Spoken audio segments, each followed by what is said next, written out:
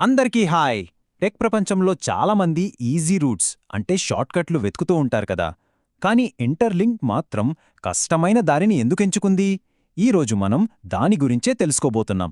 అసలు వాళ్ల విజయం వెనక ఉన్న రహస్యమేంటో చూద్దాం. సో మన ముందున్న అసలు ప్రశ్న ఇదే: షార్ట్కట్ తీసుకుని త్వరగా గమ్యం చేరడమా, లేకపోతే భవిష్యత్తు కోసం ఒక స్ట్రాంగ్ ఫౌండేషన్ వేయడమా? ఇది కేవలం ఒక టెక్నికల్ డెసిషన్ కాదు, వాళ్ల ఫిలాసఫీనే ఇది. సరే, ఇంటర్లింక్ ఎందుకు ఈ దారిని ఎంచుకుందో అర్థం చేసుకోవాలంటే మనం కొంచెం వెనక్కి వెళ్ళాలి. బ్లాక్ చైన్ వరల్డ్ ఫేస్ చేసిన ఒక పెద్ద ప్రాబ్లం గురించి తెలుసుకోవాలి. అదే స్కేలింగ్ ప్రాబ్లం. ఒకప్పుడు బ్లాక్ చైన్ టెక్నాలజీని ఒక సింగిల్ లేన్ రోడ్లా ఊహించుకోండి. ఎక్కువ ట్రాఫిక్ వస్తే అంతే జామ్ అయిపోతుంది. సో ఈ టెక్నాలజీని చాలామంది వాడాలంటే ఈ ప్రాబ్లంకి ఏదో ఒక సొల్యూషన్ కనిపెట్టాల్సిన అవసరం వచ్చింది. అప్పుడు ఈ స్కేలింగ్ సమస్యకు అందరికీ ఒక ఈజీ ఆన్సర్ లాగా కనిపించింది లేయర్ 2. కానీ అది నిజమైన పరిష్కారం కాదు, కేవలం ఒక టెంపరరీ ఫిక్స్.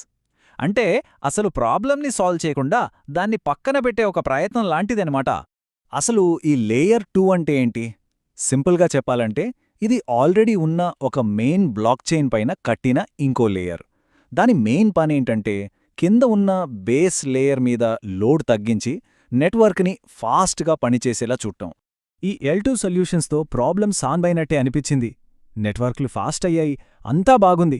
కానీ దీనికోసం ఒక పెద్ద వెల చెల్లించాల్సొచ్చింది. అదే ఇండిపెండెన్స్ కోల్పోవడం. ప్రతి చిన్న విషయానికి వేరే వాళ్ల మీద ఆధారపడాలి. అప్గ్రేడ్స్ వాళ్లవి, ఫీజులు వాళ్ల కంట్రోల్లో, రూల్స్ కూడా వాళ్లవే. మొత్తం కంట్రోల్ చేజారిపోయింది. చూడండి, చాలా ప్రాజెక్టులు ఈజీగా ఉందని L2 రూట్ తీసుకున్నాయి. కానీ ఇంటర్లింక్ మాత్రం వద్దు అనుకుంది. వాళ్లు ఒక డిఫరెంట్ దారిని ఎంచుకున్నారు. ఈ డిపెండెన్సీని దాటి ముందుకు వెళ్లాలని నిర్ణయించుకున్నారు. ఇంటర్లింక్ ఒక భిన్నమైన మార్గాన్నెంచుకుంది. ఈ ఒక్క మాట చాలు వాళ్ల స్ట్రాటజీని చెప్పడానికే. ఇది ఊరికే టెక్నికల్ డెసిషన్ కాదు, ఫ్యూచర్ని దృష్టిలో పెట్టుకుని వేసిన ఒక బోల్డ్ స్టెప్. ఈజీ రూట్ కాకుండా సరైన రూట్ని ఎంచుకున్నారు. మరి ఇంతకీ ఆ డిఫరెంట్ పాతేంటి? సింపుల్, ఫౌండేషన్ని వాళ్ల చేతిలోకి తీసుకోవడం. అంటే వేరే వాళ్ల మీద ఆధారపడకుండా సొంతంగా వాళ్ల లేయర్ 1 బ్లాక్ చైన్ని బిల్డ్ చేసుకోవడం. దీనివల్ల కంప్లీట్ కంట్రోల్ వాళ్ల చేతికొచ్చింది. సొంతంగా L1 ఉండటం వల్ల వాళ్ళు 4 మెయిన్ పిల్లర్స్ని కంట్రోల్ చేయగలుగుతారు. అవేంటంటే కన్సెన్సస్ అంటే నెట్వర్క్ డెసిషన్స్ ఎలా తీసుకోవాలి అనేది, తర్వాత కాస్ట్స్ అంటే యూజర్ ఫీజులు ఎంత ఉండాలి అనేది, ఆ తర్వాత అప్గ్రేడ్స్, ఇంకా ఫైనల్గా సెక్యూరిటీ. ఇవన్నీ కంప్లీట్గా వాళ్ల కంట్రోల్లోనే ఉంటాయి. ఈ కంట్రోల్ వల్ల వచ్చిన బెనిఫిట్స్ ఏంటో చూద్దాం. First, independence. ఎవ్వరి మీద ఆధారపడాల్సిన పనిలేదు. నెక్స్ట్, సస్టైనబిలిటీ అంటే లాంగ్ టర్మ్ స్టేబిలిటీ వచ్చింది. వేరే వాళ్ల రోడ్ మ్యాప్ మీద డిపెండ్ అవ్వకుండా వాళ్లకు నచ్చినట్టు వాళ్లు ఎదగగలరు. అన్నింటికన్నా ముఖ్యంగా సిస్టమిక్ రిస్క్ అంటే మొత్తం సిస్టమ్ ఫెయిల్ అయిన రిస్క్ బాగా తగ్గిపోయింది. ఇంటర్లింక్ ఇదంతా చేసింది కేవలం టెక్నికల్ సుపీరియారిటీ కోసం కాదు. వాళ్ల అసలు గోల్ చాలా పెద్దది. వాళ్ల టార్గెట్ బిలియన్ల కొద్దీ యూజర్లు.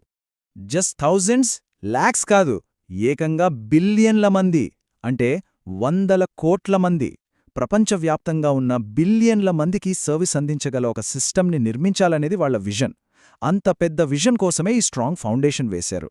ఒకసారి ఇంటర్లింక్ L1ని మిగతా వాటితో పోల్చి చూస్తే దీని త్రూపుట్ అంటే ట్రాన్సాక్షన్స్ హ్యాండిల్ చేసే కెపాసిటీ చాలా ఎక్కువ.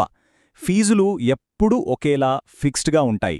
ఇంకా ఇది పేమెంట్స్ లాంటి రియల్ వరల్డ్ యాక్టివిటీ కోసం డిజైన్ చేశారు. ఊరికే ఆన్ చైన్ ఎక్స్పెరిమెంట్స్ కోసం కాదు, నిజ జీవిత ఉపయోగం కోసం దీన్ని బిల్డ్ చేశారు. సో చివరికి మనం తెలుసుకోవాల్సింది ఏంటంటే ఇదంతా ఒకే ఒక ఫిలాసఫీ చుట్టూ తిరుగుతుంది. ఫౌండేషన్స్ ముఖ్యం, షార్ట్కట్స్ కాదు.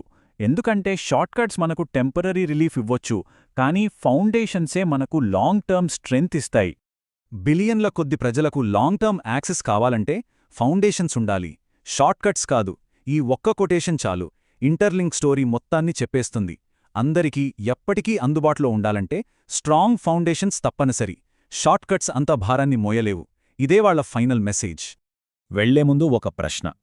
అన్నీ ఒకదానిపై ఒకటి ఆధారపడి నడుస్తున్న ఈ ప్రపంచంలో అసలు పూర్తి స్వాతంత్రం అంటే సార్వభౌమాధికారం యొక్క నిజమైన విలువ ఏంటి?